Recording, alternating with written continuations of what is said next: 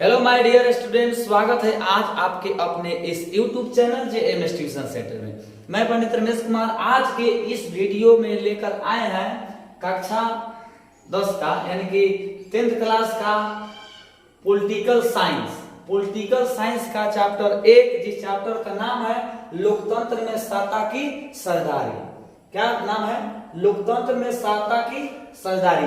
इस पाठ से लेकर आया है आप लोग के लिए इस वीडियो के माध्यम से मात्र 21 VBI ऑब्जेक्टिव प्रश्न।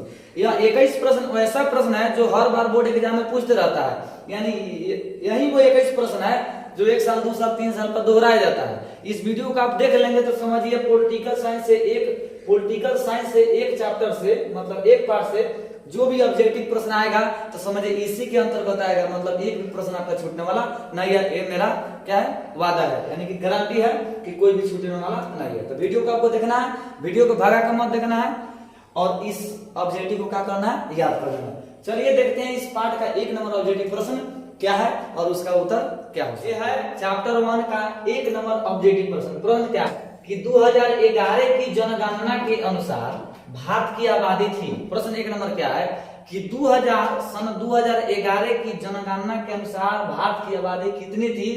ऑप्शन ए में दिया है 90 करोड़, ऑप्शन बी में 121 करोड़, ऑप्शन बी में 140 करोड़ और ऑप्शन डी में 150 करोड़।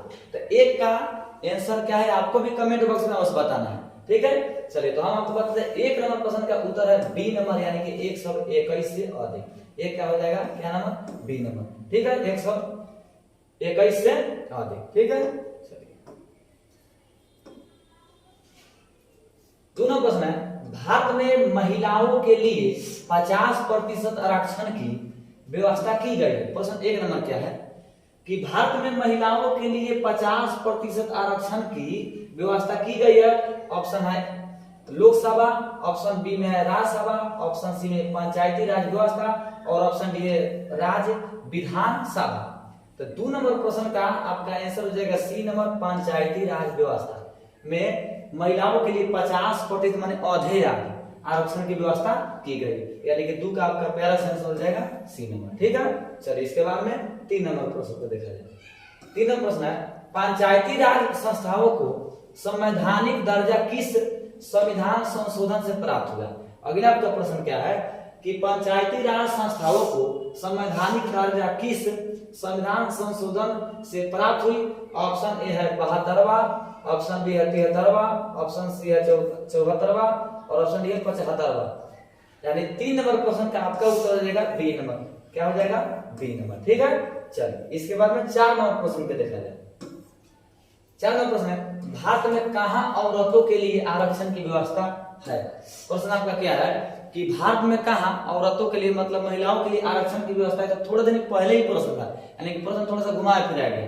भारत में कहां औरतों के लिए आरक्षण की व्यवस्था है? ऑप्शन ए है लोकसभा, ऑप्शन बी है पंचायती राज संस्थाएं, ऑप्शन सी है मंत्रिमंडल, ऑप्शन डी है विधानसभा। यानी कि ए भी नहीं होगा, ए भी नहीं है और ए भी नहीं होगा, यानी कि क्या हो जाएगा आपका बी नंबर। 4 का हो जाएगा प्यारा से आंसर बी नंबर, ठीक है। भारत में कहां औरतों के लिए आरक्षण की व्यवस्था की गई है? तो वो हो जाएगा पंचायती राज संस्था, ठीक है। चलिए 5 नंबर प्रश्न है भारतीय संविधान के अनुच्छेद 19 में देश के सभी नागरिकों को कौन सा मूल अधिकार दिया गया है? भारतीय संविधान के अनुच्छेद 19 में देश के सभी नागरिकों को कौन सा मूल अधिकार दिया गया है? ऑप्शन है स्वतंत्रता का अधिकार, ऑप्शन बी है समानता का अधिकार, ऑप्शन सी है संवैधानिक अधिकार और ऑप्शन डी है इनमें से कोई नहीं। तो ये 5 नंबर प्रश्न का आपका उत्तर हो जाएगा ए नंबर, स्वतंत्रता का अधिकार, ठीक है। क्या है? स्वतंत्रता का अधिकार, 5 का ए नंबर। इसके बाद में 6 नंबर प्रश्न को देखा जाए। 6 नंबर प्रश्न है अंतरराष्ट्रीय महिला दिवस किस तिथि को मनाया जाता है? प्रश्न आपका 6 नंबर क्या कर रहा है कि अंतरराष्ट्रीय महिला दिवस कब मनाया जाता है, यानी कि किस तिथि को, कौन दिन को मनाया जाता है? चलिए ऑप्शन ए है 7 मार्च, ऑप्शन बी है 8 मार्च, ऑप्शन सी है 9 मार्च और ऑप्शन डी है 10 मार्च। 6 नंबर प्रश्न का आपका क्या उत्तर हो जाएगा? B number. क्या हो जाएगा? B number 8 March. अंतरराष्ट्रीय महिला दिवस किस तिथि को मनाया जाता है? तो वो मनाया जाता है 8 मार्च को, ठीक है। 6 का बी नंबर। चलिए 7 नंबर प्रश्न है पंचायती राज व्यवस्था सर्वप्रथम किस राज्य में लागू किया गया? पंचायती राज व्यवस्था सर्वप्रथम किस राज्य में लागू किया गया? ऑप्शन ए है राजस्थान, ऑप्शन बी है बिहार, ऑप्शन सी है उत्तराखंड और ऑप्शन है डी मध्य प्रदेश। तो इस 7 नंबर प्रश्न का उत्तर हो जाएगा ए नंबर, कहां? राजस्थान में। ठीक है, चलिए समझ पा रहे हैं, चलिए ठीक है।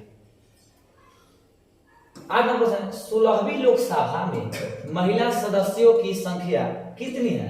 आपका 8 नंबर प्रश्न है कि 16वीं लोकसभा में महिला सदस्यों की संख्या कितनी है? 16वीं लोकसभा में महिला सदस्यों की संख्या कितनी है? ऑप्शन ए है 60, ऑप्शन बी है 61, ऑप्शन सी है 63 और ऑप्शन डी है 65। यानी कि 8 का आपका जो उत्तर हो जाएगा वो हो जाएगा डी नंबर। क्या हो जाएगा? D number. ठीक है, 16वीं लोकसभा में महिला सदस्यों की संख्या कितनी है? तो वह है 65, यानी कि 8 का प्यारा सा आंसर डी नंबर। ठीक है, चलिए आगे देख लेते हैं। आगे 9 नंबर प्रश्न है आपका कि निम्नलिखित व्यक्तियों में से कौन लोकतंत्र में रंगभेद के विरोधी नहीं थे? प्रश्न आपका क्या कह रहा है कि इन निम्नलिखित व्यक्तियों में से कौन लोकतंत्र में रंगभेद के विरोधी नहीं थे? ऑप्शन ए है King Martin Luther, option B है Mahatma Gandhi, option C Olympic धावक टॉमी स्मिथ एवं जॉन कार्लेस। ऑप्शन सी क्या है? ओलंपिक धावक टॉमी स्मिथ एवं जॉन कार्लेस और ऑप्शन डी है जेडी गुडी। तो 9 नंबर प्रश्न का हो जाएगा आपका प्यारा से आंसर डी नंबर। क्या हो जाएगा? D number. इन सभी व्यक्तियों में से जेडी गुडी ही ऐसे व्यक्ति थे जो लोकतंत्र में रंग भेद के विरोधी नहीं थे। चलिए इसके बाद में 10 नंबर प्रश्न को देखा जाए। 10 नंबर प्रश्न है भारत में पंचायती राज संस्थाओं में महिलाओं के लिए कितनी सीटें आरक्षित हैं? प्रश्न आपका क्या कह रहा है 10 नंबर कि भारत में पंचायती राज संस्थाओं में महिलाओं के लिए कितनी सीटें आरक्षित है? ऑप्शन ए है 50%, ऑप्शन बी है 25%, ऑप्शन सी है 33% और ऑप्शन डी है इनमें से कोई नहीं। तो 10 नंबर प्रश्न का आपका उत्तर हो जाएगा सी नंबर, यानी कि 33%। क्या हो जाएगा? सी 33%। ठीक है, चलिए आगे बढ़ो। भारत में किस तरह के लोकतंत्र की व्यवस्था की गई है? प्रश्न क्या है आपका कि भारत में किस तरह के लोकतंत्र की व्यवस्था की गई है? तो ऑप्शन है ए है प्रत्यक्ष, ऑप्शन बी है अप्रत्यक्ष, ऑप्शन सी है प्रत्यक्ष और अप्रत्यक्ष दोनों और ऑप्शन डी है इनमें से कोई नहीं। तो 11 नंबर प्रश्न का आपका जो उत्तर हो जाएगा वो हो जाएगा बी। क्या हो जाएगा? बी, अप्रत्यक्ष। भारत में किस तरह के लोकतंत्र की व्यवस्था की गई है? तो वह की गई अप्रत्यक्ष। ठीक है, चलिए आपको याद कर लेना। 12वां प्रश्न है 15वीं लोकसभा में महिलाओं की भागीदारी थी। प्रश्न क्या है कि 15वीं लोकसभा में महिलाओं की भागीदारी कितनी थी? तो 15वीं लोकसभा में महिलाओं की जो भागीदारी थी, ऑप्शन ए दे रहा है 10.68%, ऑप्शन बी दे रहा है 15%, ऑप्शन सी दे रहा है 35% और ऑप्शन डी है 50%। तो 12 नंबर प्रश्न का आपका आंसर हो जाएगा ए नंबर। क्या हो जाएगा? ए नंबर 10.68%, यानी कि 12 का ए नंबर। ठीक है, 12 नंबर प्रश्न के अपार सफलता के बाद प्रश्न नंबर 13 है डॉट डॉट डॉट पर आधारित विभाजन सिर्फ भारत में है। माने किस पर आधारित विभाजन सिर्फ भारत में है? ऑप्शन ए है जाति, ऑप्शन बी है धर्म और ऑप्शन सी है क्षेत्र और ऑप्शन डी है भाषा।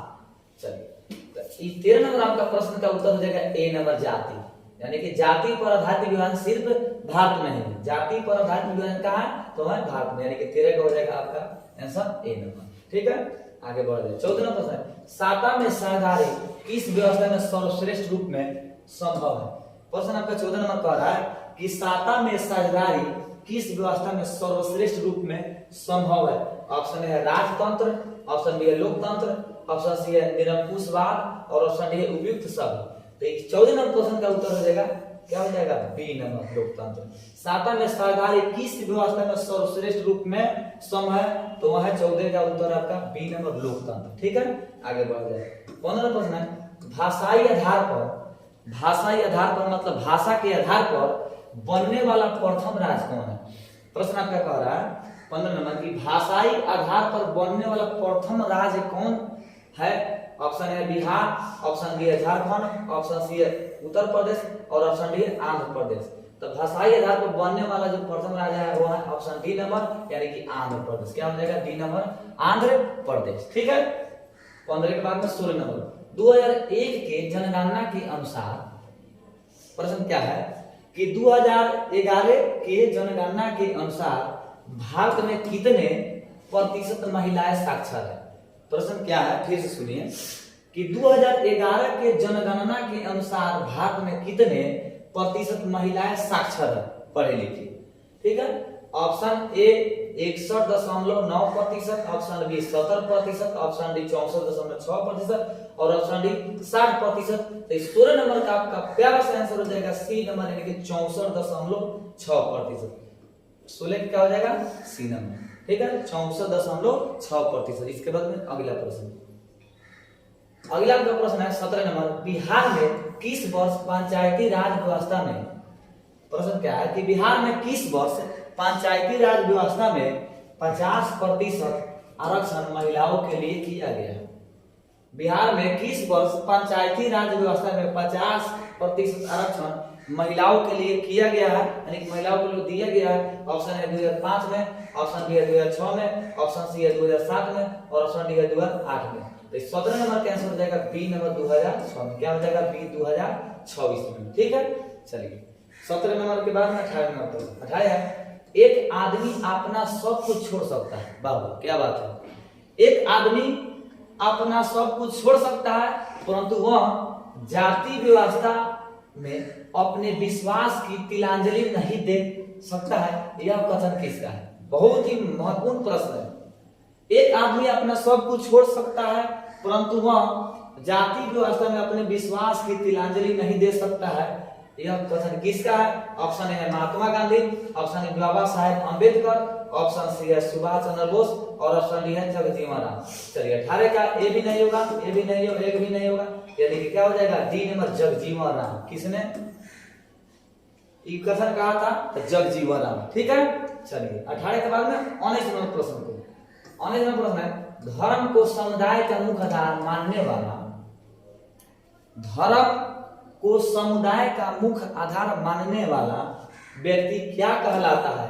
ऑप्शन ए सामाजिक, ऑप्शन बी जातिवादी, ऑप्शन सी आदर्शवादी और ऑप्शन डी धर्मनिरपेक्ष। तो धर्म को समुदाय का मुख्य आधार मानने वाला जो व्यक्ति होता है वो कहलाता है संप्रदाय। क्या कहलाता है? संप्रदाय। 19 का ए क्या कहलाता है? संप्रदाय। 20 नंबर प्रश्न है, जाति को तथा धर्म जाति को समुदाय का मुख्य आधार मानने वाला व्यक्ति क्या कहलाता है? जाति को समुदाय का मुख्य आधार मानने वाला व्यक्ति क्या कहलाता है? ऑप्शन ए है संप्रदाय, ऑप्शन बी है जातिवाद, ऑप्शन सी है आदर्शवादी और ऑप्शन डी है धर्मनिरपेक्ष। तो ये 20 नंबर आपका प्रश्न का प्यारा सा तो उत्तर हो जाएगा बी नंबर जातिवादी। जाति को समुदाय का मुख्य आधार मानने वाला व्यक्ति क्या कहलाता है? तो वह जातिवादी कहलाता है। ठीक है, चलिए इसके बाद में 21 नंबर प्रश्न, अंतरराष्ट्रीय महिला दिवस किस वर्ष घोषित किया गया? अंतरराष्ट्रीय महिला दिवस किस वर्ष घोषित किया गया? ऑप्शन है 1974, ऑप्शन बी है 1984, ऑप्शन सी है 1975 और ऑप्शन डी है आपका 1980। तो 21 नंबर प्रश्न का उत्तर हो जाएगा, क्या हो जाएगा? 19 का सी नंबर 1975 ईस्वी। ठीक है, सॉरी 21 का सी नंबर 1975 ईस्वी। अंतरराष्ट्रीय महिला दिवस किस वर्ष घोषित किया गया? तो वो हो जाएगा आपका प्यारा सा आंसर 21 का सी नंबर 1975 सी। ठीक है, चलिए 8 मार्च 1975 ईस्वी। ठीक है, चलिए अंतरराष्ट्रीय महिला दिवस किस वर्ष घोषित किया गया था? तो 1975 में, 8 मार्च 1975। ठीक है, ये तो था क्लास 10th का पॉलिटिकल साइंस का चैप्टर 1 से मात्र 21 वीवीआई ऑब्जेक्टिव प्रश्न। ठीक है, कितना? 21 वीवीआई प्रश्न। इस प्रश्न को आपको देख लेना है और याद कर लेना है। यदि एक बार इस वीडियो को आप देख लेंगे तो समझिए आपका पूरा इस पार्ट से ऑब्जेक्टिव कंप्लीट हो जाएगा। और आपको कमेंट बॉक्स में बताना है कि 21 में आपका कितना सही हुआ। क्या बताना है कि 21 को प्रश्न में से आपका कितना सही हुआ। ठीक है, आपका सही कितना हुआ 21 में से? आपने राय विचार कमेंट बॉक्स में अवश्य बताना है। वीडियो कैसा लगा, अच्छा लगे तो लाइक करना है, कमेंट बेसी हो तो कमेंट करके बताना है। इस वीडियो के बाद मिलेंगे फिर एक अगले नए जबरदस्त वीडियो के साथ, तब तक के लिए जय हिंद जय भारत।